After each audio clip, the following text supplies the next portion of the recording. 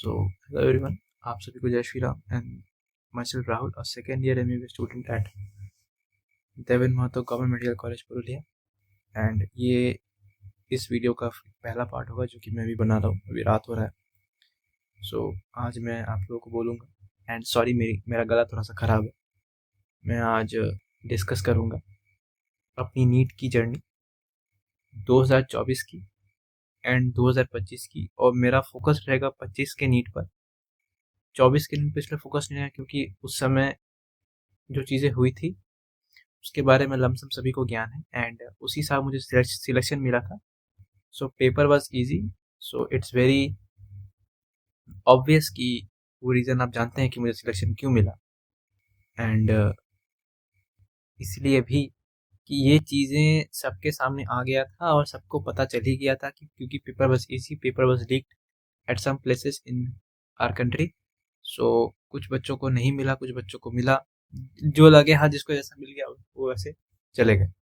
ठीक है, तो मेरा मेन फोकस रहेगा 25 के नीट पे, जो कि मैंने अपने कॉलेज के फर्स्ट ईयर में दिया था। फर्स्ट ईयर के स्टार्टिंग में, टू बी वेरी प्रिसाइज।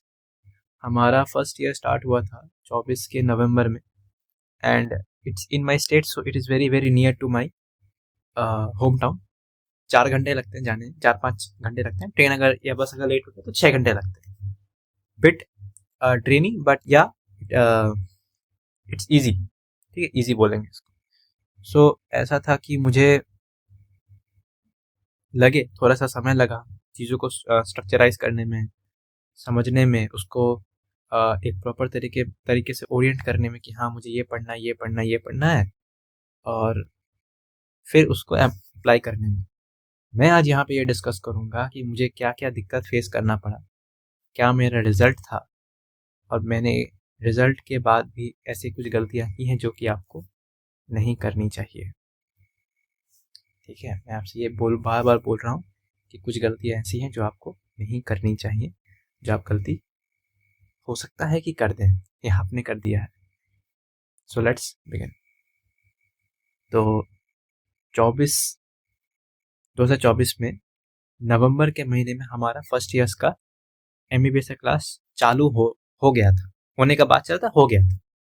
तो मैंने घर पे कहा कि क्या किया जाए, ये तो एक पेरिफेरल कॉलेज है, अच्छा कॉलेज है, बट या it's a peripheral college, so I will be taking the things for bit for granted. ठीक है, मैं जानबूझ के ये वर्ड इस्तेमाल कर रहा हूँ क्योंकि हाँ मैंने एक्चुअली में लिया था, रिस्क लिया था। I will be taking things at risk for 5 और 4 मंथ्स, जब तक नीट नहीं हो जाता। तो आप कैलकुलेट कर लीजिए कि 24 के नवंबर से 25 के मई तक कितना टाइम आपका हो रहा है। तो नवंबर, दिसंबर, जनवरी, फरवरी, मार्च, अप्रैल में लगभग 6-7 महीने हो रहे हैं। ठीक है, अब कॉलेज का क्या सिस्टम होता है, वहाँ पर क्या होता है, ये सब आपको पता है। कॉलेज में क्लासेस की कैसी दशा होती है आपको पता है, कैसा शेड्यूल होता है आपको पता है। प्रॉब्लम ये हो रहा है कि अब सब्जेक्ट बहुत नया है, किताबें हैं नहीं, मैं किसी सीनियर को जानता नहीं, मेरे आसपास कोई ऐसे लोग नहीं जो एमबीबीएस कर रहे हैं, या इमीडिएट जो मुझे गाइड कर सके कि हाँ मुझे कैसे करना है। प्लस ऐसा भी कोई नहीं है जो किसी कोर्स में है और नीट देने की तैयारी कर रहा है। कोई एमबीबीएस कर रहा है और कोई नीट दे रहा है जस्ट बिकॉज उसको अच्छा कॉलेज नहीं मिला। तो जब मेरा काउंसलिंग हुआ तो मैंने सोचा कि मैं घर के पास एक कॉलेज ले लेता हूँ। उससे क्या होगा, 2 फायदा होगा कि मेरा आने जाने का खर्चा, मतलब आने जाने का मतलब जो ड्यूरेशन है वो कम हो जाएगा। कंपेरेटिवली 6 घंटे ज़्यादा बड़ा बात नहीं रखता एक दिन के लिए। अगर आपको 12 घंटा, 14 घंटा, 22 घंटा लग रहा है जाने आने में, तो इट्स वेरी ड्रेनी, टाइम का लॉस है। आप जब मन चाहे तब आप नहीं आ सकते हैं। ठीक है, तो एक डिसएडवांटेज है। तो मुझे पहले जहाँ कॉलेज मिला था वहाँ आने जाने में कम से कम 12 घंटा लगता है। तो मैंने अपग्रेडेशन में डाल के कॉलेज चेंज करा लिया और घर के पास कॉलेज ले लिया। पास तो नहीं बोलेंगे, बट हाँ थोड़ा बहुत पास ही है। उसके बाद अब बारी आता है किताबें सिलेक्ट करने का। नोट्स मेरे पास पहले से थे, मैंने बहुत सारी चीज़ें पढ़ रखी थी, तो मुझे ज़्यादा मेहनत नहीं करना पड़ा। मेहनत करना पड़ा बट ज़्यादा मेहनत नहीं करना पड़ा। जो भी मैंने पढ़ रखा था मुझे थोड़ा बहुत याद था, ठीक है, ठीक ठाक ही याद था। उस समय मैं ट्यूशन भी पढ़ाता था, फिजिक्स पढ़ाता था, तो हाँ फिजिक्स थोड़ा बहुत मेरा पकड़ पे था। केमिस्ट्री थोड़ी बहुत आती थी, ऑर्गेनिक सही थी, ठीक है, ज़्यादा मुझे रिवाइज करना नहीं पड़ा। बायोलॉजी मतलब बुक्स तो एनसीईआरटी पढ़ते हैं बेसिकली, बट मैंने टैब लिया था मैंने फॉर कॉलेज, तो उसमें मैं मार्क करके पढ़ता था। अब कॉलेज में क्या हो रहा है कि एनाटॉमी बायोकेमिस्ट्री फिजियोलॉजी क्लासेस चल रही हैं और मैं क्लास के बीच में बैठ के नोट्स बनाता था। और मैंने दोस्तों को ये बोला था कि मैं फिजिक्स या ये सब इसलिए पढ़ रहा हूँ ताकि मैं ट्यूशन पढ़ा सकूँ, और मैं सबको पढ़ाता हूँ इसलिए मैं पढ़ रहा हूँ। So I was unnoticeable among my friends. और बहुत मतलब किसी को देख मैंने किसी को बोला भी नहीं था, सिर्फ मेरे टीचर्स को मालूम था और मेरे पेरेंट्स को मालूम था कि हाँ मैं नीट दे रहा हूँ। मेरी मतलब बड़ी दीदी को भी नहीं पता था कि मैं नीट दे रहा हूँ, ना ही मेरे किसी फ्रेंड्स को पता था कि मैं नीट दे रहा हूँ, किसी को नहीं पता था। जहाँ मैं रेगुलरली जाता हूँ, ठीक है, वहां पर भी किसी को नहीं पता था, मेरे रूममेट्स तक को नहीं पता था कि मैं नीट दे रहा हूँ, ठीक है। बट हाँ इवेंचुअली जैसा कि उन्होंने अब तो वहीं पर रह रहे हैं, ठीक है, आप 3-4 दिन वहां पे किसी के साथ रहिए, अगर आप मतलब पढ़िएगा तो उसको तो आप पर शक हो जाएगा कि हाँ ये तैयारी कर रहा है किसी चीज का। तो हाँ वो समझ गया था कि ये कॉलेज इसको अच्छा मतलब अच्छा है, बट और अच्छा कॉलेज पाने की चाह रख रहा है इसलिए तैयारी कर रहा है, तो उसको मालूम चल गया था। फिर भी कुछ बोलता नहीं था, ठीक है। बहुत सारे लोगों के बहुत सारे सजेशंस आए थे कि तुम ऐसे मत करो, तुम वैसे मत करो, तुम ये टेस्ट सीरीज लो, तुम वो टेस्ट सीरीज लो, तुम ये करो, तुम वो करो, ऐसे पढ़ो वैसे पढ़ो। सुनता था, ठीक है, बट वो करता था जो कि मेरे को सही लगता था। कभी कभी ऐसा भी दिन आया है कि जब खाना नहीं मिला, जब जब भूखे मुझे तैयारी करना पड़ा, ऐसा भी दिन आया है कि रात भर सोए नहीं, मतलब जागे हैं तो जागे ही हैं। एक दिन में 3-3 टेस्ट दे रहे हैं, मतलब शाम को बैठ रहे हैं तो अगला दिन का सुबह को 7-8 बजे उठ रहे हैं पढ़ के, फिर सो रहे हैं, फिर ऐसे कंटिन्यू चल रहा है 3-4 दिन तक। ऐसे ही बहुत टाइम आया है जहाँ पर मतलब भूखे टेस्ट देना पड़ रहा है, खाना नहीं है, ठीक है, कॉलेज वगैरह में। ऐसा भी है कि मतलब आप जानते हैं फर्स्ट ईयर में क्या होता है हम लोग के साथ, जूनियर्स के साथ, वो भी चल रहा है, साथ में मेरा पढ़ाई भी चल रहा है, जैसे तैसे करके मैनेज करना पड़ रहा है, झूठ इधर उधर बोल के मैनेज करना पड़ रहा है, मतलब कोई सपोर्ट नहीं, कहीं से कोई सपोर्ट नहीं। बट लकीली कॉलेज के सीनियर्स ने मुझे बहुत सपोर्ट किया, ठीक है, and I am very thankful to them. भले ही मेरा सिलेक्शन 25 के नीट में ना हुआ हो, भले ही मेरा मार्क्स उतना अच्छा ना हो, बट या आई मतलब ये एक ऐसा एग्जाम्पल था कि हाँ नीट आप दे सकते हैं, अगर कोई करना चाहे तो कर सकता है, अगर आपके पास उतना मोटिवेशन है, अगर आपके पास उतना जिद है करने का, ये आप कर सकते हैं। आपको कुछ चीज़ों का सैक्रिफाइस करना ही पड़ेगा, उसमें कोई आपको ऑप्शंस नहीं दिया जाए। सो या moving on, continuing it.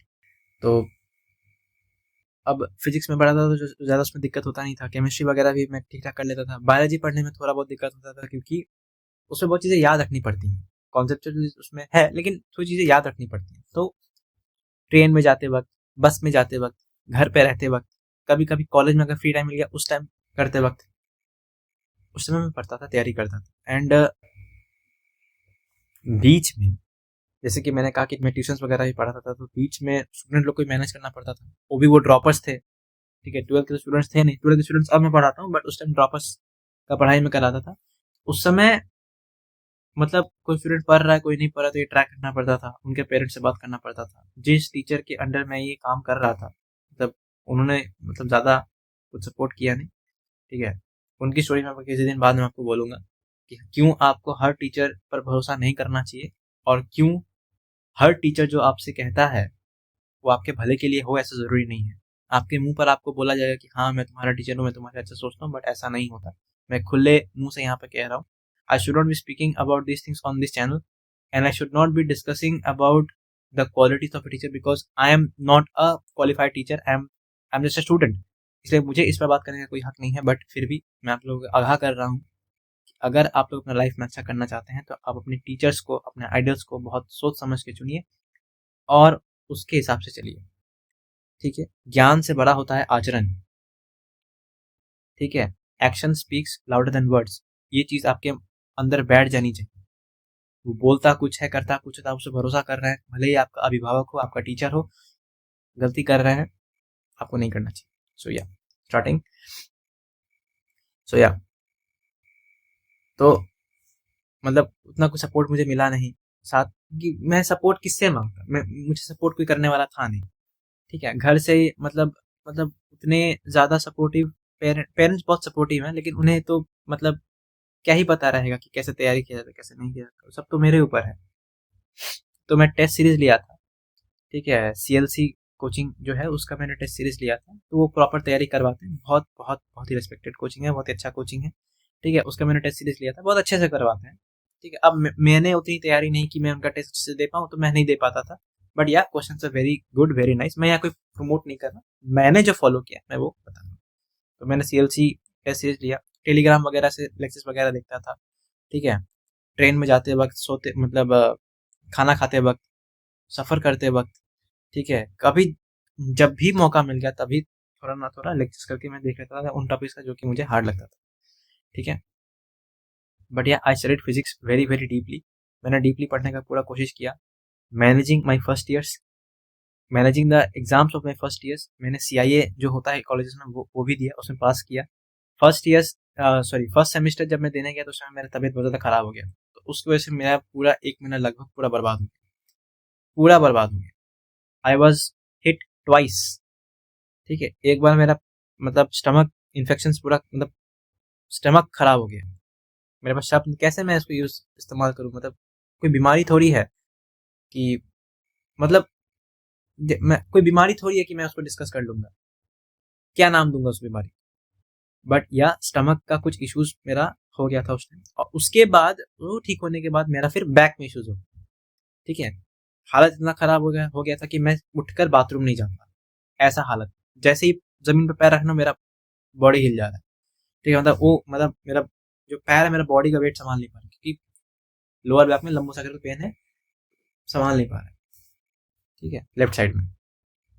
So, वो करने में ये पेट का दिक्कत मेरा 10-15 दिन रहा, कमर का दिक्कत मेरा कम से कम वही 14-15 दिन रहा, तो पूरा 1 महीना मेरा पूरा खाली हो गया। फर्स्ट सेमेस्टर में मैं फेल कर गया। ठीक है, theory and practical both I failed. Theory exam जब हो रहा था मेरा, तब मेरा उस टाइम पेट खराब, मतलब वहीं पर उल्टी हो गई। ठीक है, दैट मंथ, वो जो मंथ महीना गया मार्च का मेरा, ठीक है, उस समय बहुत सारी चीज़ें हुई, फरवरी मार्च में बहुत सारी चीज़ें हुई। ठीक है, हेल्थ इश्यूज हुए, इमोशनल डिस्टर्बेंसेस हुए। ठीक है, कोई कुछ भी बोल के चला जा रहा है, और मतलब इतना डिस्ट्रैक्शंस था कि मैं ठीक से पढ़ाई नहीं कर पाया। तो जो भी मैंने तैयारी की वो मैं नवंबर, दिसंबर, जनवरी और अप्रैल के लगभग थोड़ा बहुत मैंने किया, पढ़ा।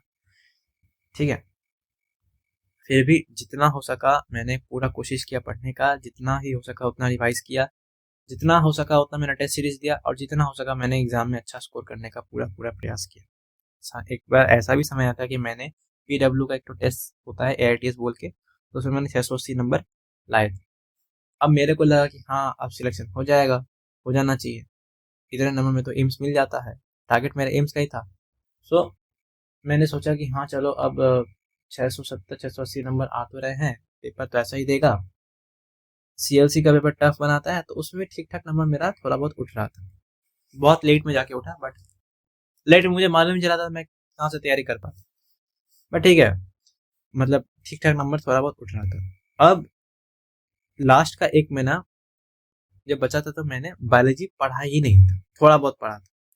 ठीक है, तो उसमें जैसे तैसे मैंने 1 महीने के अंदर पूरा बायोलॉजी 11 12 का निपटाने का पूरा कोशिश किया, जैसे तैसे करके मैंने मतलब सारा पीडीएफ जो भी होता है 11 12 का उसको ठीक ठीक करके पढ़ा, डिटेल में पढ़ा, इधर उधर से लेक्चर देखा, मतलब नोट्स देखे, सब जगह देखा, उसको एक जगह समराइज किया, फिर मैंने अच्छे से उसको पढ़ा। ठीक, आता है पेपर का दिन। तो पेपर का दिन मैंने उसके पहले ज़्यादा पढ़ाई की नहीं। ठीक, और जब पेपर देने गया तो उस टाइम था कि हाँ चलो हो जाएगा, इतने अच्छे नंबर आए हैं तो सिलेक्शन हो जाना चाहिए, मतलब ठीक ठाक मेरा, अगर नहीं भी कोई, अगर ज़्यादा से ज़्यादा क्या हो जाएगा, आप क्या एक्सपेक्ट करते हैं, ज़्यादा से ज़्यादा क्या हो जाएगा, एक आध दो नंबर आपसे छूटेगा, 10-15 क्वेश्चन आपसे छूट जाएंगे, सॉरी 10-15 नंबर आपसे छूटेगा, गलत हो जाएगा, कोई बात नहीं। टारगेट ये है कि 650 जो मेरा 24 में मेरा मार्क्स है उसके अनुसार मेरा रैंक खराब है, तो मैं अगर इस बार अगर 650, 670, 80 अगर स्कोर कर लूँ तो हाँ कुछ हो सकता है। बट 25 का नीट वॉज द, मतलब ये एक ऐसा पेपर था जो कि मैंने कभी भी एक्सपेक्ट नहीं किया था, खास करके फिजिक्स के बारे में। और इसके बाद मुझे इतनी गालियाँ पड़ी थी, इतनी गालियाँ पड़ी थी, ठीक है। मतलब जो लोग आपके स्ट्रगल में आपके साथ में नहीं रहते, उनको भी लाइसेंस मिलता है कि वो आपको जज कर सकें, आपको गालियाँ दे सकें, ठीक है। तो बायोलॉजी का सेक्शन मैंने अटेम्प्ट किया, ठीक ही लगा क्वेश्चंस मुझे, डीप में क्वेश्चंस पूछे गए थे। केमिस्ट्री के सेक्शन भी ठीक ही लगा, डीप में क्वेश्चंस पूछे गए थे। दोनों ही सेक्शन में से डीप में क्वेश्चन पूछा गया था और दोनों ही सेक्शन सही था। अगर आप एग्जाम टेम्परामेंट का बात करो तो दोनों ही सेक्शन सही ही थे, होना चाहिए सब कुछ। बट फिजिक्स मेरे को ये समझ में नहीं आ रहा है कि मुझे कौन सा फॉर्मूला कहाँ पर लगाना है, क्या अप्रोच होना चाहिए, और क्वेश्चन को पढ़ने के लिए कितना मुझे समय देना पड़ेगा। पेपर देख के मेरा पूरा हाथ पैर सूख गया। मैंने एक मोमेंट ऑफ इनर्शिया का क्वेश्चन किया था, मुझे क्वेश्चन अभी भी याद है कि मुझसे वो 7 मिनट लग गया मुझसे वो क्वेश्चन बनाने। And I have a very very very bad habit of taking things on my ego. मुझे लगा था कि मैं पढ़ाता हूँ, मैं फिजिक्स करवाता हूँ, तो ये क्वेश्चन मुझसे क्यों नहीं सॉल्व हुआ। 16 अभी इतना टाइम हो गया, हो सकता है कि ऑडियंस में से एंगेज ना करे, but I am telling this, अगर आप कोई भी क्वेश्चन सॉल्व करते हैं बीट एनी सब्जेक्ट, उसको कभी भी आप अपनी ईगो पे मत लीजिए। Try solving the things which are easier than that. Don't go for hard questions or don't select the questions which are non doable. वो क्वेश्चन सॉल्व करने में मेरे को 7 मिनट लग गया। उसके ऊपर फिर क्वेश्चन गया, ठीक है, और उसका लैंग्वेज नहीं समझ में आया, स्किप किया, फिर से गया। ग्रेविटेशन का क्वेश्चन में ऐसा मतलब कुछ भी निकालने को बोल रहा है, मास ऑफ दिस प्लेनेट तो दैट प्लेनेट तो ये तो वो, पता नहीं, मतलब दिमाग पूरा खराब हो गया। डायमेंशनल एनालिसिस का क्वेश्चन में अलग ही डायमेंशंस के बारे में पूछा जा रहा है, इतना लंबा लंबा ऑप्शन है।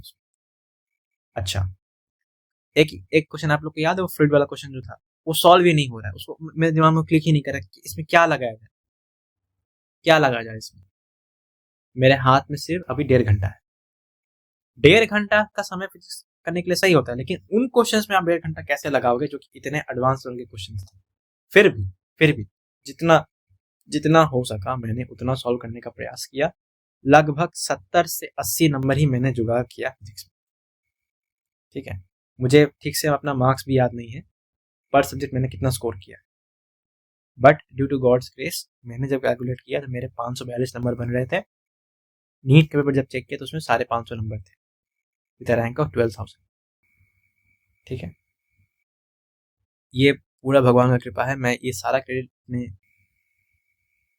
गुरु को देना चाहूँगा, अपने भगवान को देना चाहूँगा कि इतना खराब परिस्थिति में भी, इतना कम तैयारी में भी मेरे को इतना अच्छा नंबर मिला है। मेरे लिए तो कम से कम ये अच्छा नंबर था, क्योंकि मुझे उनका सोच के खराब लग रहा था जो कि सारे 600 नंबर लाकर भी पिछले साल उन्हें छोड़ दिया था इस उम्मीद में कि इस साल पेपर अच्छा बनेगा और उन्हें सीट मिलेगा। 600 के रैंक पर अगर 3,000 4,000 के अंदर रैंक घुस रहा है, 1,000 के अंदर रैंक घुस रहा है, 550 का नंबर मेरा अगर 12,000 रैंक घुसा रहा है, which was more than half than my previous rank in 2024, तो कम से कम मेरे लिए अच्छी बात है। इस रैंक पर कुछ ना कुछ तो मिल जाना चाहिए, एम्स नहीं मिलता, ठीक है। Then I switch on my target to AFMC, and AFMC का मैंने फॉर्म भरा था, वो मुझे मिल भी गया। बट यहाँ आता है ट्विस्ट, कॉलेज में सेकेंड सेमेस्टर के एग्जाम्स होने की वजह से वो PDF मैंने चेक ही नहीं किया। 5 तारीख से लेकर वो PDF मेरे सामने है, बट मैंने उस पर ध्यान ही नहीं दिया, ये सोच के कि हाँ मुझे मेल में, अगर मैंने ये दिया है, मैंने अपना मेल दिया है तो वहाँ से मेल आएगा और उस पर लिखा रहेगा कि हाँ you have been selected for the AFMC entrance test. But ऐसा कुछ आया नहीं। मैंने इसी उम्मीद में पूरा महीना मैंने बिता दिया। लास्ट में जब मान लीजिए कि अगर मेरा डेट 12 तारीख का है, तो लास्ट में मुझे मालूम चल रहा है 13-14 तारीख को, yes there was a date, मुझे जाना चाहिए था पुणे एंड टेस्ट देना चाहिए था वहाँ पे, एंट्रेंस जो भी वगैरह एग्जामिनेशन होता है वहाँ पे, मेडिकल टेस्ट नहीं दे पाया। मतलब उस टाइम में मेरा हालत ऐसा था कि मतलब मैं क्या ही बोलूँ, इस पर मैं किसी और वीडियो में पूरा डिटेल में बात करूंगा कि क्या हुआ था मेरे साथ। ठीक है, मतलब एकदम मेरा सेंस काम नहीं कर रहा उस समय। मतलब किसके पास जाएं, क्या बोले, किससे मदद मांगे, कुछ कुछ समझ में नहीं आ रहा। Nothing nothing nothing. इतना मेहनत करने के बावजूद मुझे कोई रिजल्ट नहीं मिला, कुछ नहीं मिला, nothing. I got zero results, but yeah I gain some experience, I gain some experience from this, but result तो जीरो ही है। कोई रिजल्ट नहीं मिला मुझे। वीएमएमसी मिला, नालंदा मेडिकल कॉलेज मिला, सॉरी नालंदा मेडिकल कॉलेज मिला। ठीक है, वीएमसी गलत बोल रहा हूँ, नालंदा मेडिकल कॉलेज मिला। जाके क्या करूंगा, यहाँ पे आरजी का मिलता बंगाल में, ठीक है, एनआरएस मिल जाता, एमसी के मिल जाता, कोई मतलब बड़ा बात नहीं था, मिल जाता, बट कोई फायदा नहीं, एएफएमसी छूट गया मुझसे। I was so depressed, I was so in, तब कैसे बोलेंगे, ग्रेव मोमेंट। क्या करे, कुछ समझ में नहीं, कुछ भी समझ में नहीं आ रहा। मैंने फिर छोड़ दिया, लेट इट बी, जो हो गया हो गया। फिर मैंने ज़्यादा इस पर ध्यान दिया नहीं। I was back to my normal schedule, और अब मैं नीट को परमानेंटली बाय बाय बोल रहा हूँ, and I am very happy about that. अब इट सैड ऑल्सो कि मैंने 4 साल के अंदर उतनी चीज़ें नहीं उखाड़ पाई जितनी उखाड़नी चाहिए थी, जितना मेरा कैपेबिलिटी था, जितना मेरा पोटेंशियल था। मैंने इधर उधर समय बहुत बर्बाद किया, इधर उधर के लोगों पर बहुत ज़्यादा भरोसा किया, जो कि मुझे नहीं करना चाहिए था। लोगों को जानने से, सुनने और मतलब परखना चाहिए था, जानना सुनना परखना चाहिए था उन पर भरोसा करने के पहले, और साथ में अपना तैयारी भी करना चाहिए था, बिना उन सब डिस्टर्बेंसेस में पड़े। कॉलेज के फर्स्ट ईयर्स में, मतलब सेकेंड सेमेस्टर में भी मैं फेल कर गया था। तो जैसे तैसे करके मैंने अपने आप को संभाला और फर्स्ट पफ का तैयारी करना चालू किया। I pass my first professional examinations, not with a very good marks, but I passed it, जो कि पास करना बहुत मुश्किल होता है, but yeah again due to God's grace I did it. इसका पूरा श्रेय मैं भगवान को देना चाहूँगा, क्योंकि मेरा इतना तैयारी नहीं था कि मैं इसको पास भी कर पाऊँ, मैं इसको सीख भी पाऊँ, क्योंकि एमबीबीएस का जो फर्स्ट ईयर का जो पढ़ाई होता है वो नीट का डबल ट्रिपल होता है। ठीक है, बहुत वास्ट सिलेबस है उसका, उसको संभाल पाना बहुत मुश्किल है। जैसे तैसे करके अपन ने किया, जैसे तैसे करके जो भी कुछ आता था, जो भी कुछ कर सकता था मैंने किया। ठीक है, मैं ये आपको सलाह दे रहा हूँ कि अगर आप एमबीबीएस के साथ अगर नीट दे रहे हैं, try solving it in your first 6 months. बाकी का 6 महीना काउंसिलिंग, अगर आपका अगर बहुत अच्छा रैंक आया है, sit for counselling. Intermediate rank आया है, सबसे गंदा वॉट लगता है इंटरमीडिएट वालों को, सबसे गंदा खराब वॉट लगता है इंटरमीडिएट वालों को, क्योंकि उनको पता ही नहीं रहता कि उनको मिलेगा चाहे नहीं मिलेगा। अगर आपका इंटरमीडिएट में अगर आपका रैंक आया है, ठीक है, इंटरमीडिएट रैंक आया है, उतना अच्छा नहीं उतना खराब भी नहीं, तो you have to start preparing for the examination of your first year. Start preparing for prof. Semester से ध्यान मत दो, फेल करोगे कोई कुछ नहीं बन बिगड़ेगा, लेकिन स्टार्ट प्रिपेयरिंग फॉर प्रॉफ। मिल गया तो चल जाना, नहीं मिला तो तैयारी करते रहना और एग्जाम दे देना। अगर आपका एकदम ही खराब रैंक आया है तो नीट को बाय बाय बोल दो, जो कॉलेज आपको मिला उसी पर हो, और प्रॉफ का तैयारी करो, सीधा बात, पीजी की तैयारी करो सेकंड ईयर से, मस्त एकदम। ये मैं आपको श्योर शॉट जेन्युइन एडवाइस दे रहा हूँ, इसको फॉलो कीजिए। And never ever listen to those people who don't mean anything in your life, जो आपको हमेशा डिमोटिवेट करे, भले ही वो कोई भी हो, आपके टीचर हो, पेरेंट्स तो नहीं, टीचर हो, फ्रेंड्स हो, कोई भी हो, चाय वाला हो, दूध वाला हो, कपड़े धोने वाला हो, कोई भी, एकदम नहीं, अंकल आंटी इधर उधर के रिलेटिव्स कोई नहीं। Never ever do that, never ever compromise your mental health for someone who is not worth it, never ever do that. And always keep the exams of your college at your first priority, because वही आपका main objective होना चाहिए। NEET अगर आप दे रहे हो तो अपने रिस्क पे दे रहे हो, याद रखना, कोई आपको सपोर्ट नहीं करेगा। मैं आपको क्लियर कट बोल रहा हूँ, कोई आपको सपोर्ट नहीं करेगा। ठीक है, पर उस पढ़ाई में कोई आपको सपोर्ट ना करेगा, क्योंकि it's a very risky thing. आप ड्रॉपर हो, आप जो कर रहे हो घर पे, ठीक है, एक बार अगर कॉलेज मिल गया तो उसके बाद आप पर बात आ जाएगा कि आपको कैसे करना है कैसे नहीं करना, that to a MBBS college. ठीक है, be very very aware of what are the things going in your stream, what are the things going in your college. जो भी चीजें हो रही हैं आपको उसको डॉज करना है, आपको उसको झेलना है। कभी कभी डॉज करना, कभी कभी झेलना पड़ेगा, कभी कभी ताना भी सुनना पड़ेगा, कभी कभी झूठ भी बोलना पड़ेगा। ठीक है, सो थिंक वाइजली और बहुत चीज़ों को सोच समझ के चलो, प्लान करो और तब आगे बढ़ो।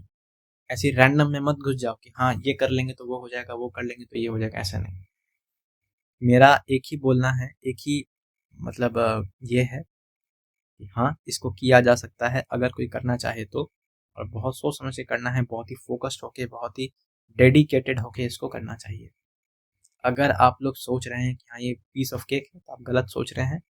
It will take a hell out of you, ये आपका सारा एनर्जी निकाल देगा। मैं जानता हूँ, मैंने इसको झेला है, साथ में ट्यूशन भी पढ़ा था। मेरा जो हालत खराब हुआ है इस बीच में, मैं आपको बता भी नहीं सकता। दैट टू आई वॉज मतलब mentally and emotionally tortured during this phases.